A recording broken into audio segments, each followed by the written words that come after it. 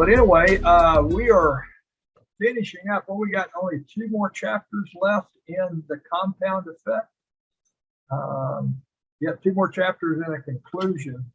I'll be sending out some highlights here over the next couple of weeks. There's just too much in this book. This is the 3rd time I've been through this book in about a year. I think I started, it was either June or July of last year when I saw this book. It was free on Audible.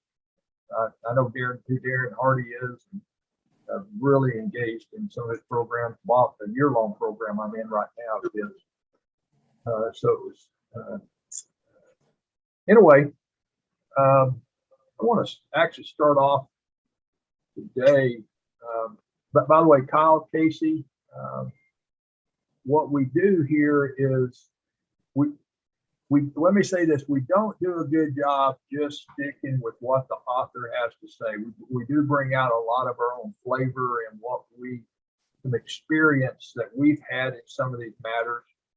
But in this type of mastermind, what I really recommend that participants do is set aside any judgment, any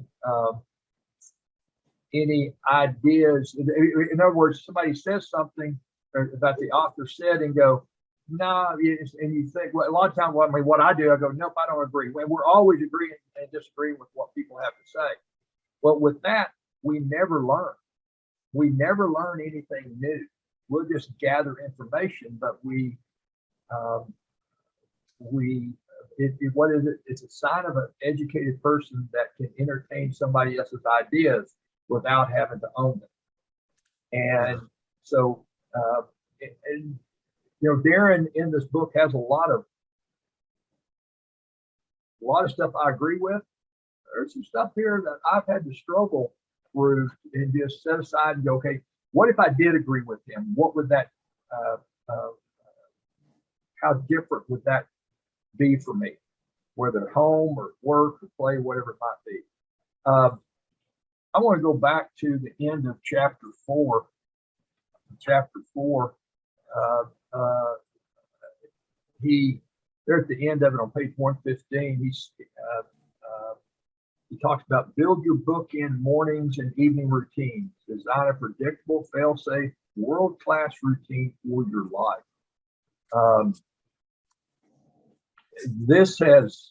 I remember in the Audible hearing about this, and I think for years I've had some bookends, and we talked about that last week. I think wasn't it last week, Tom, that we really talked about this?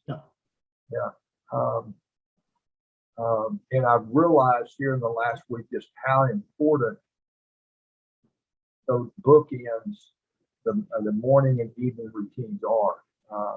Kyle, I think you and I talked about this some when we had coffee last week, didn't we? Yes. Yep. Yeah.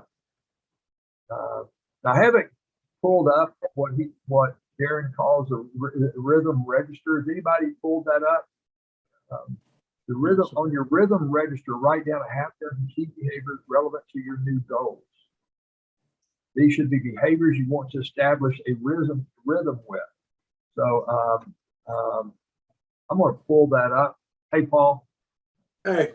I'm going to pull that up, maybe send some stuff out in email to everybody. We've got a total of about, I think, 18 of us have been through this mastermind at some point. So I'll send something out to everybody. Any comments as we wrap up chapter 4?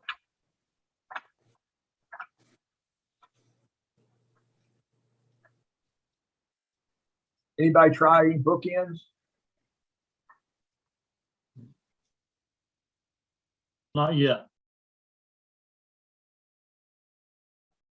Do you have routines? Maybe you don't call them bookends. You got routines in the morning at the end of the day? Yeah, definitely. Yeah. It's interesting that he put that, which is bookends, I would say, are boundaries, right? In the chapter on momentum.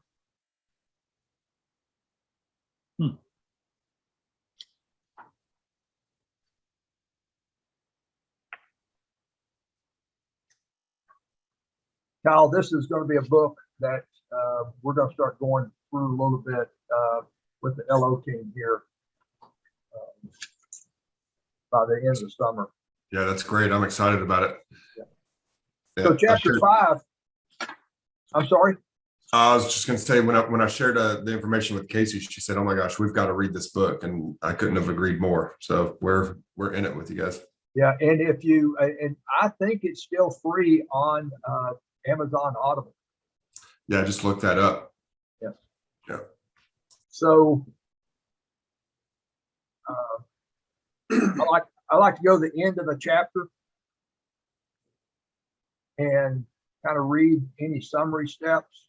I learned that. Anybody ever read the book? I think it Adler wrote the book on how to read a book. No.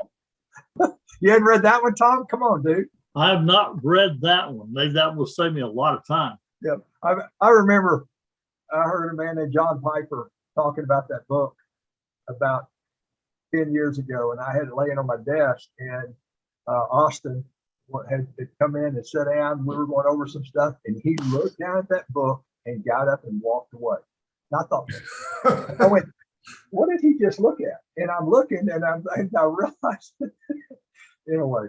But anyway, how to read a book. He tells you go to in books like this. Go to the end of the chapter. Even go to the end of the book and read the epilogue before you start the book. But before you start each chapter, go to the end of the chapter, and you get a summary of what you're going to learn. Kind of like when you give a speech, you're supposed to tell people what you're going to say it, and then you tell them what you said. But it's kind of the same thing. I actually learned that originally in the book "Love is the Killer Out," anyway, enough of all that. So chapter on influences. Identify the influence the input of media and information have in your life. Oh boy.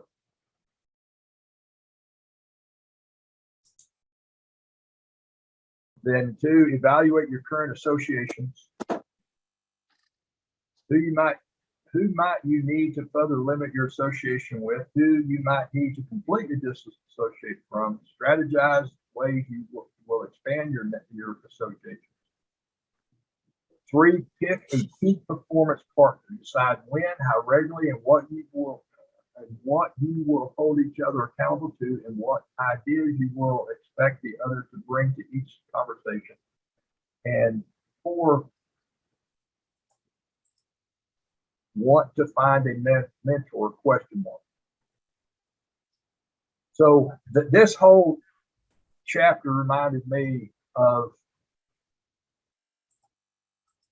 in 5 years, kind of my motto is you're going to be the same 5 years from now as you are now, except for who you hang out with, what you watch, what you listen to, and what you read.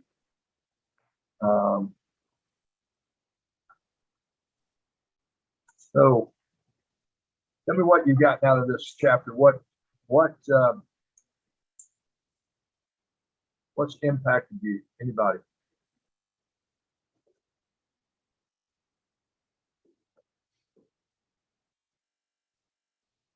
Go for it, Paul. I can see the grin on your face. Weeks ago, and I'm like, I don't remember which one chapter the next is. Like, I'm having to re-look at it because I've been busy the last couple of days. I haven't revisited it, so it's like, I read it like 3 weeks ago. So I'm like, I don't remember what this chapter is even about. Influence. I don't remember the details on it because I didn't read it recently again. I should have. Well, I have a couple ideas, Danny. One is like the Uvalde shooting, too much media all the time. I start to get really depressed and yes, we need to deal with it. We need to fix things in this country, but I can't get the constant 24/7 visuals and everything. So we just really had to change the channel, watch something else. There was the French Open going on. My husband works at home, and now I'm home most of the time. And my husband is a TV junkie. He has 5 TVs on in 5 different rooms, and the Rolling Stones are on in the garage. And it's just this media barrage all day long. And your husband is an attorney, right, Beth? What's that? Your husband is an attorney, right? Yes. But there are no clients at the house, right? Yeah. So it's like, yeah. And so he'll be watching I mean, if there's a trial on, he's watching the trial half the time while he's doing stuff. And anyway, this book was making me realize he's not one of the people, and I'm married to him, that ought to be in my little personal group of, great influencers. And yet he plays a role in that wherever he is, it's a party and it's fun and it's upbeat. It's never a downer. So that part's good. But he's a news junkie. And so I'm off in another room where there's nothing on. I was working up in my office, which is next door to his office, and I've moved downstairs, not because of reading this book, but because I could tell I was just getting too much news all the time. And that is not healthy for me. And the other thing was, I don't know where this came from, but I have a board of directors. I was reading some old journal. So somewhere else, somebody had said, get your own personal board of directors and who would be on it. And I realized I need to sit down and rewrite that list because people have come in and left my life. I need to update that. Yeah. Also it's kind of like vet your critics. When somebody is criticizing you, are they worthy of being your critic? Right. That's an influence on you. Yeah. Well, we in this household, we talk about consider the source. Yeah. I was And just there's thinking some that. people criticizing, and they're just not a credible source. Yeah. I could care less about their criticism. Yeah. And it's not my filters off, it's that they're not credible. And that's a problem I'm having. I need certain facts to do my job, but I'm getting down to a really small group of media that I can even rely on. That's that. I mean, it's changed so radically, particularly in the last 20 years. But I don't know what source to use anymore. So I'm having to make sure I verify with multiple sources before I try to help a client use those facts, because it may be that it's baloney in social media. It's clickbait. Tough one. Yep. Paul, you got, Oh, I'm just listening. I mean, I think, the news has got completely thrown off. I don't even watch the news because realistically, what it was 20 years ago and what it is now, all it is who died, who got killed, or who's gonna die, or whatever. It makes it honestly sound like we're the worst country in the world because the news makes it seem like people are getting killed all the time. I mean, I got a friend of mine that grew up in Amsterdam, and he said there's people getting killed all the time there. Again, in Amsterdam, you can't buy. In the Netherlands, you're not allowed to own a firearm. He said I could, like 5 different people, I could buy an automatic weapon from, not a semi-automatic weapon when he was growing up there. But he said, but you come here, and he even mentioned about how the news is just like constantly just death and dismemberment. It's like that's all what it is, and it was not the same way there. I mean, it just seems like that's what it's become. And that can be bad influences for you. I try never to watch the news. I'd rather look at specific things online that I see, maybe pull up a YouTube article if something's specific that was interesting, but it's just horrible. It's just like, and it can really, like you mentioned, Beth, it can be very easily to get you like depressed or whatever, because it's like, it's all it is just negative. y'all are preaching right out of Daren Hardy's Bible with that. Taking 2 courses last year. I'm taking a year-long course this year, and it's something he constantly talks about and reminds us about. And now that's easy for me. I've fallen off the wagon a few times, but in here he talks about garbage, input, garbage in, garbage out. Talks about drinking dirty water, and then put yourself on a media diet. Back in the early 90s, I decided to go I would start really paying attention to what my family was watching on TV, and Austin was, and I even decided I got so upset about it one time that before I went to work one morning, I unplugged the TV and I tied the cord up in a knot. Then I took literally a roll of duct tape and just wrapped it in a big ball. Austin woke his mother up that morning, something's wrong with Dad. And he was about 5 or 6 years old. And Kyle, you have to ask Austin about that sometime. And, I will. and but I was really trying to limit how much media, even what limited I realize now that we had. You know, I kind of went off the deep end, you know, leading up to the last election and a couple of months afterwards, and then I went way off of it because I realized how much it was impacting my attitude, my feelings about things, and about other people. Now go back to the first Gulf War. You remember it's only 3 days long. I walked into a guy's office one day, and they were talking about the war's over already. They've already called a truce, whatever. And I said, "What war?" I didn't even know it had happened. So, I got a couple of things. I got one place I go to for some local stuff and for national, international.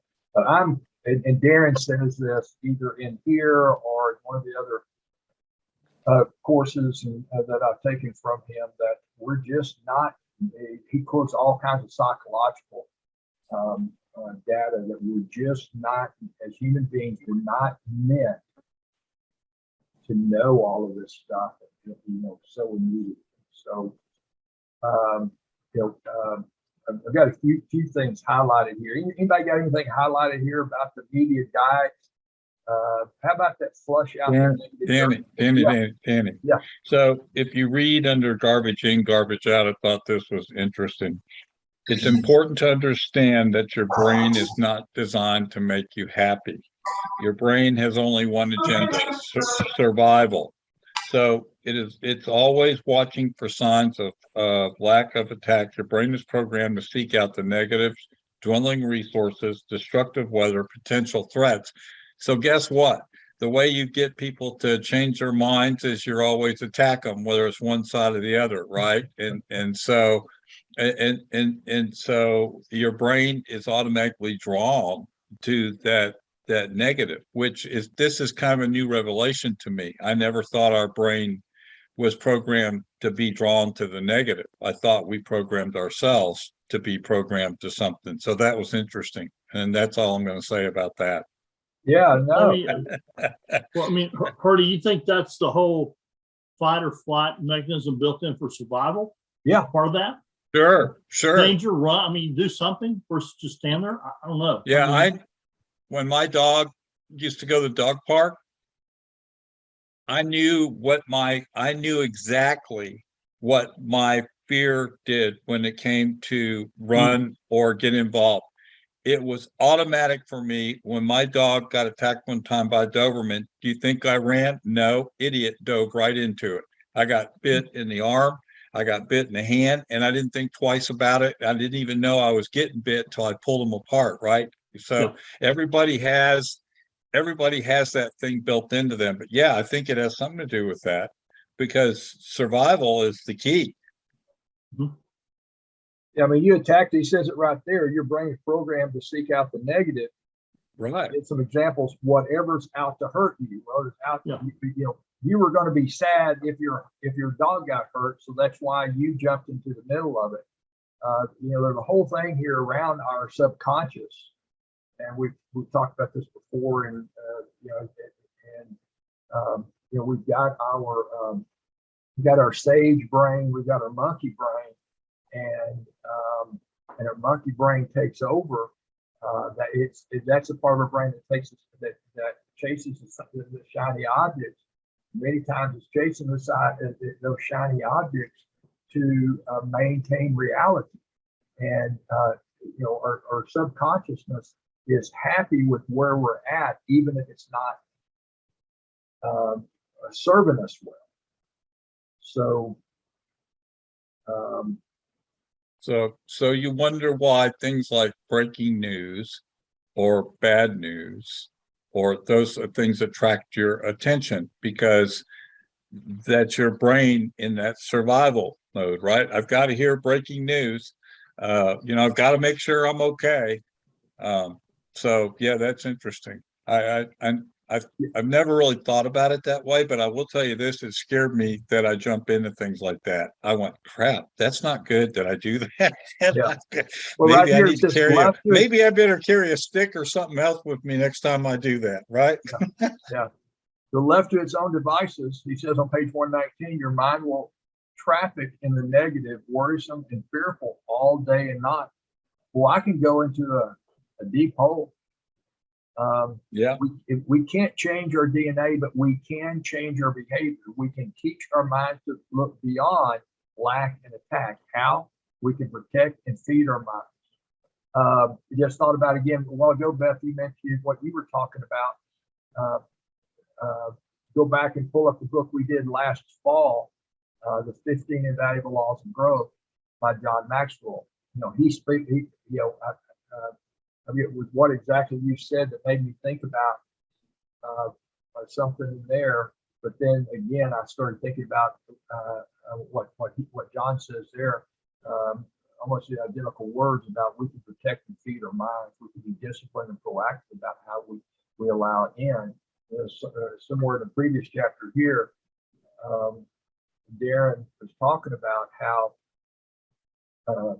we have to be disciplined until it becomes routine. If it's not routine, then we have to be disciplined to do it. You know, Hardy's in a routine. He doesn't have to set a goal to walk 45 miles a week. Okay, it's just something that he naturally does. So he says, So, go ahead, Hardy. So Danny, I was going to say, along with the Christian perspective on this, is that the renewing of your mind, right? That the goal is that we're allowing our minds to be renewed in the proper way, so that we don't have to thinking, don't follow the bad habits, don't jump into our triggers, which you know is really difficult. The thing I find interesting is that you have to have motivational speakers. Why can't it be the opposite direction? Why can't we be born that we want to be motivated and go get them, instead of always avoiding growth or avoiding the personal responsibility? Why can't we just do that stuff? That's the part I stew on, as it says over here. So I'll shut up, but that's good. You know, or you know, some of us, I've been accused of being a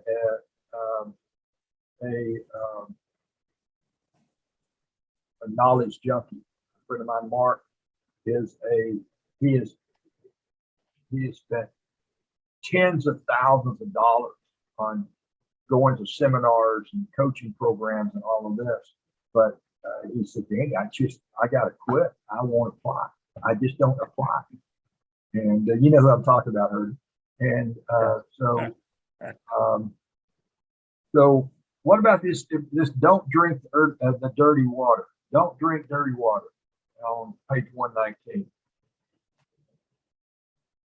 He said, you can get in life what you create. Expectation drives the creative process.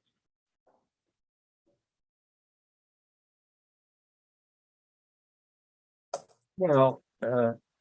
If you've done any kind of survival camping, you carry filters with you, so that when you get dirty water, you at least have a chance to drink some water that's somewhat purified through a filter that you carry around with you. But I will tell you, this chapter basically tells me the things I need to start avoiding that are getting in the way. Beth mentioned TV and the news, and and several other people mentioned the media stuff, is trying to figure out to write down those things that are driving us crazy and try to eliminate them. So, Well, I'll even do a plug for this mastermind because I'm a reader and I'll read anything.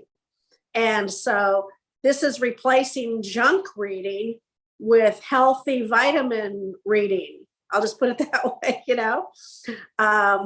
It's because you can only read so much. I mean, even if you're a good reader, fast reader like I am, and So if I'm reading this, then I'm not reading either the newspaper or just some magazine that came in the mail, or, and they're not all bad, but, how many college newspapers can you read? How much just, junk novels that are coming out, Yep. when there's nothing really inherently wrong with them. It's how much.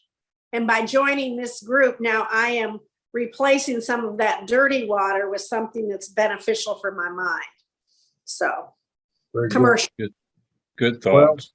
Okay, so let's go to that example on 120 of what you're talking about. And so I'm going to give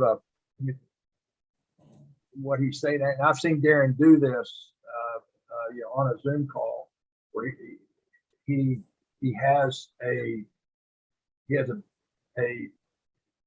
picture of Coca-Cola in a big picture.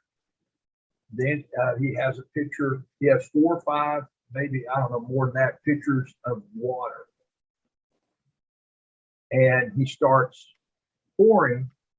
Now, when I first heard something like this, it was back in the 80s or 90s, and it all had to do with tapes, and that our brain is like a tape, and that whatever's recorded on that tape is forever there, but you just have to start recording stuff on top of it to dilute the bad stuff and add more good stuff. But Daren, obviously, the Coca-Cola is the all the bad stuff that we get. But we have to keep pouring good stuff in there to dilute that. Every once in a while, then he pulled out another pitcher of Coca-Cola and started pouring it in there, so it started turning brown again. Then he poured more water, until eventually it was very clear. And that's what he says that when it happens when you limit what you're watching, pay attention to what you're watching, you have plenty of the good stuff coming in there. Anybody have any practices, disciplines, things that they do to balance their reading, their input? Anybody have anything? Well, Danny, I guess my old way of doing it was I would read a headline in both Wall Street Journal and New York Times. Now, they're in the same city physically, but you know where I'm going. Yeah. Read the story and go, wow, they're in the same city that wrote it from a different perspective. It was like knowing your enemy. Read the Times. Okay. Now I don't even know how to compare, but it helps to have perspective. So if I read an article, I want to know about the author. And sometimes I go, I'm done. Here's the bio of the author, I'm done. Now I'm open to ideas, but I've already maybe run across their articles that are so skewed one way. But you got people every day shooting this dirty water at you out of a fire hose. Yeah. And that's your challenge. Yeah. So that may be the part where you start choosing, like, not only what you read, but who you associate with, because this is happening. I mean, this is just part of society, unfortunately. Good point. Good point. Hardy, who is that? What's the name of the author, Give and Take? Adam Grant. Adam Grant. Hardy and I read Adam Grant a few years ago in his book, Give and Take. This is a Wharton Business School professor. And great book. Kyle, you've heard me talk about this. The top 30, the top third of most successful people are givers. The bottom third are givers. In the middle is your matchers and your giver takers. And love the book, everything about it. He came out with a new book last year, the last 2 years. And what was the name of that? Hardy, you remember? A new way to think or something like that. Yeah. But me and you both went, what? well, what it was, the book started off good, and then he started going down some slippery slope. And we're going, where is this coming from? What? So you start Googling Adam, and you start reading some other stuff that he's been publishing the last 3 or 4 years. So to what you're talking about, Tom, and we went, I was disappointed, but again, didn't, okay, I get it. researched, read parts of it, but Hmm. all right, just it seemed fundamentally wrong to me. Um, Gone back and picked up the book a few times, but when I cleared my office out of Keyworks, still have a desk in there, but not an office. Put that book in a box and go. All right, I've considered it. Don't agree. I don't agree with what he's saying, so I just move on. So I think that's kind of what you're talking about. I get kind of hung up with rabbit trails, Tom. I do read a lot on online on my Kindle, and you can click and you can hit links the danger of that is you don't learn a lot of different points of view if you're not careful, because you can only read, you're only reading things that you agree with. So there is. Well, Danny, what I try to do there is if it's an author I've got challenges with, I try to find a summary of the book to look at the key ideas someone else has written Yeah. to see. I have no problem with saying, "Oh, I read it, I disagree with it," or "I disagree with this point," like you did. Yeah. But I'm trying to also make sure my time is valuable, and I want to again fill it with the right things, but open to other ideas. But it's sometimes you just know where the author's going. It's like I don't need to spend my time. Yeah. Danny, when I used to hang around Kit Carson, LM Kit Carson, he was a movie producer. His son Hunter is a good friend of mine. They played in the series in Paris, and he wrote Breathless with Richard Gere. Anyhow, I used to sit with him in Deep Ellum and have dinner. And he looked me in the eye one night and he said, "Hardy," he said, "do you get tired of all the crap going on in Deep Ellum and all the politics?" And I said, "Yeah." And he goes, "Just remember, the truth is a small thing. It's hard to find." Yeah. Has anybody seen the documentary on Netflix, Social Dilemma? Oh, yeah. Well worth watching. It's a little bit long, but it's well worth watching, and it explains a lot of this. And it's a documentary about a lot of the original founders or executives of Facebook and Twitter and Instagram and a bunch of them, and they don't let their kids get on social media, and it is really, really good. But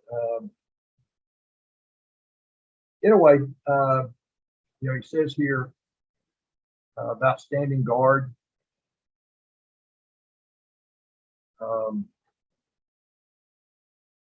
How many hours of TV the average person watches?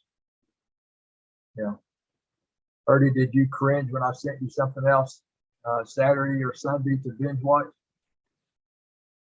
No, I mean, I moderate that stuff. I know what my limits are.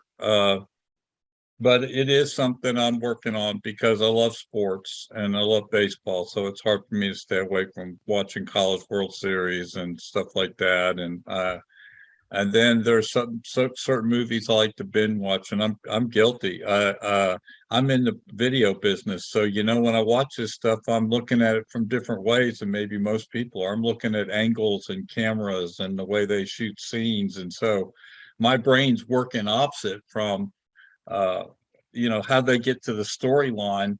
I'm looking at other things besides the actual show itself, if that makes any sense. I'm going, man, that was a good way to get to that conclusion, or that was a good way to make people think a little bit. So there's a reason for my madness on that. Yes. But yes, quit sending me binge series, Danny. The Born Legacy, go watch it. Yeah. Born Legacy a few weeks ago. Then we had The Lincoln Lawyer. There's a new series out, a TV series for The Lincoln Lawyer that's out. So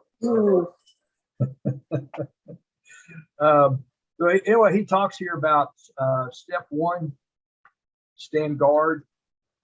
Goes over a couple pages of 124. Step two, enroll in Drive Time U University. We used to call it Mobile University. Back in the cassette tape days. Yeah. You know, he said, Brian Tracy taught me the concept of turning my car into a mobile classroom. I learned it from Zig Ziglar. I used to pay, I forget what I paid. I think it was $5 a week that I paid. I got a teaching tape out of Zig's organization. It wasn't all him once a week. And then I got his Bible. He taught a Bible class at Second Baptist Church in Dallas. I think it was Second Baptist every Sunday morning at 500 people in the auditorium in a Bible study. And so I paid $5 a week for that and $5 a week for the other one. And had those cassette tapes and just realized about 3 years ago, we moved 3 years ago, those 2 boxes of tapes have disappeared. We don't know, we can't remember when we saw them last. But anyway, let's go over to page 127, the disassociations, limited association, expanded association. Anybody have any experience on disassociation that they can bring up?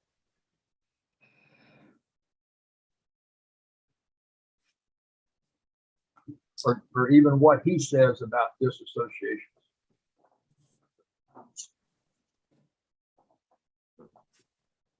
I dropped a friend completely. She was my work partner, lives up in Dallas. We were both senior executive vaccine account managers, whatever, but she was just negative.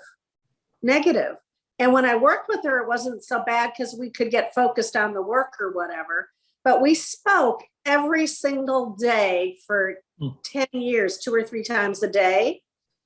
And I took a package and left the company, and she stayed. She's since left, but it was one of those things where she'd get on the phone and we'd be chit-chatting or whatever. And then I would realize that since we weren't really talking about work, it was just negative this, and this is so bad, and how can I pay my credit card? And just, just all of it was so negative. I just made a decision, and I didn't do it because I knew a book. I just kind of self-preservation, just had that instinct of like, this is going to kill me. I cannot waste any time on her.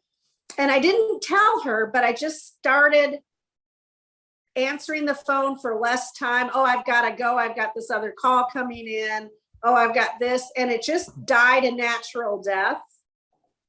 And yeah. And it was hard though, because she was like a very, very good friend, close confidant. But I realized it was all work related and nothing to do with, in fact, her personality was bad for me. Let's put it that way. Yeah. Yeah.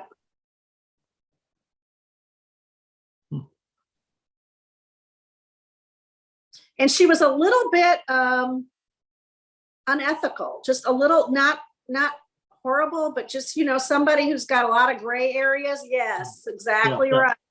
And it just didn't mesh with how I like to be. Yeah, there's a lot of good stuff. Right. I'm sorry, go ahead. I was just saying, I had experience working with, as a contractor, another contractor, working on a project together, a big one, and she became so negative, and so she went up rolling off the project because she had really good technical skills, terrible people skills. All came to head when she sort of showed up at a meeting and attacked our boss's boss. I'm not physically, but verbally.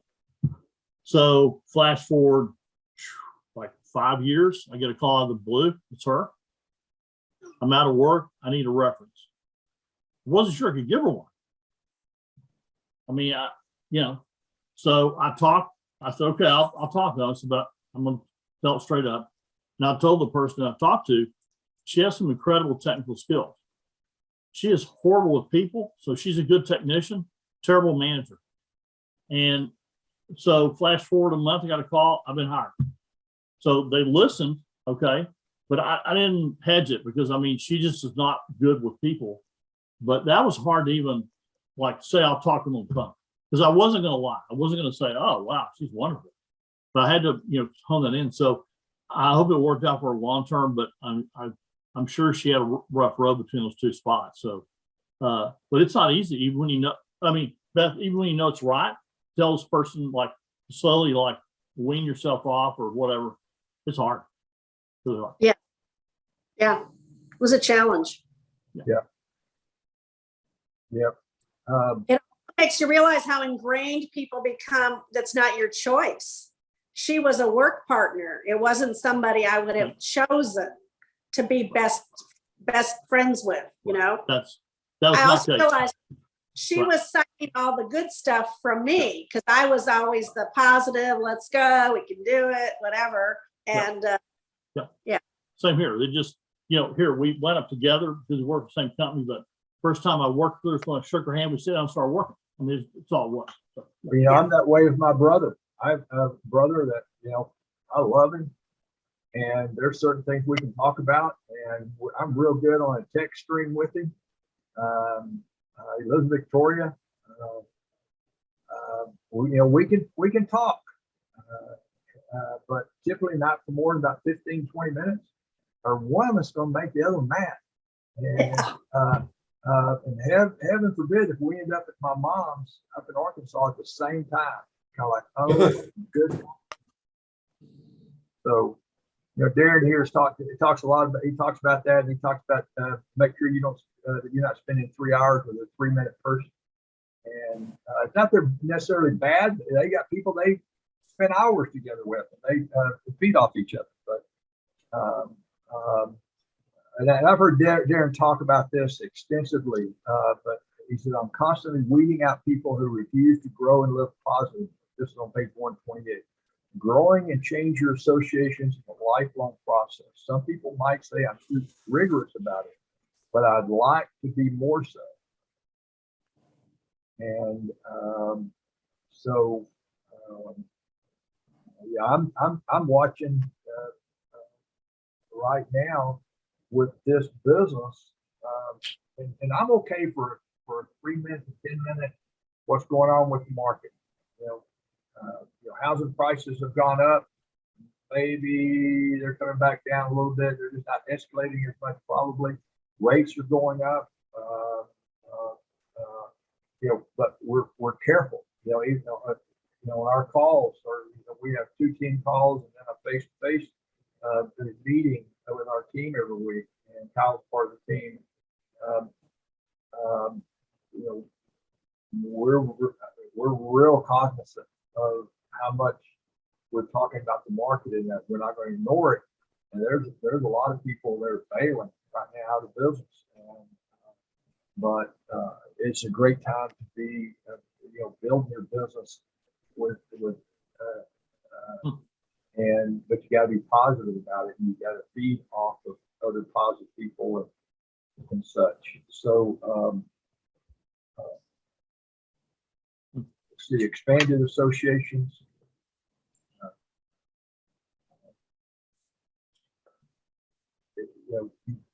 This whole chapter or this whole area I've got underlines and notes in it.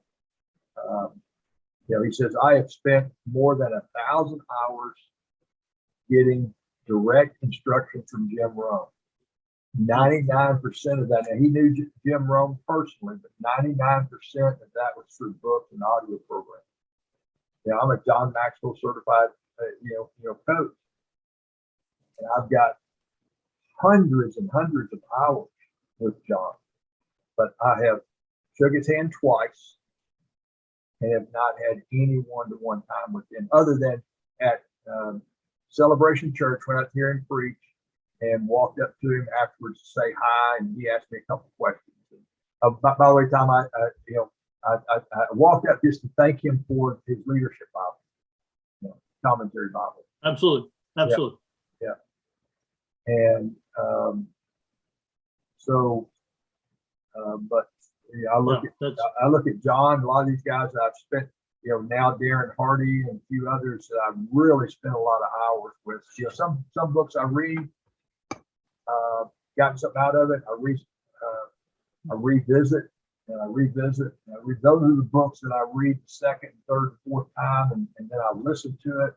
I've got it on on digital, paper, and audible, you know, it's different as you read it over it. Whether sometimes I'll read something, I go, this wasn't in the book last week, last year. So that's when those people come in, when you're reading over and over again.